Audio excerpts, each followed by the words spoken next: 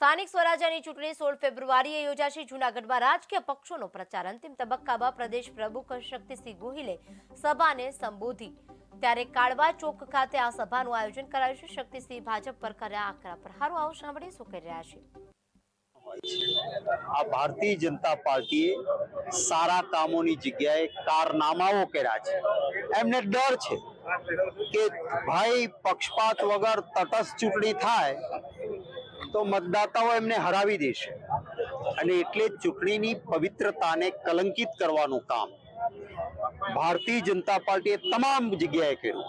હું સલામ કરીશ મારા કોંગ્રેસના અડીખમ ઉમેદવારો, નેતાઓ અને કાર્યકર્તાઓને કે ભારતીય જનતા પાર્ટીના નાણાંના કોથળા, તંત્રની ધોષ અને દબાણ, ગુંડાઓ દ્વારા ધાક ધમકીઓ અને ભાજપ દ્વારાની લાલચ, આ બધાની વચ્ચે પણ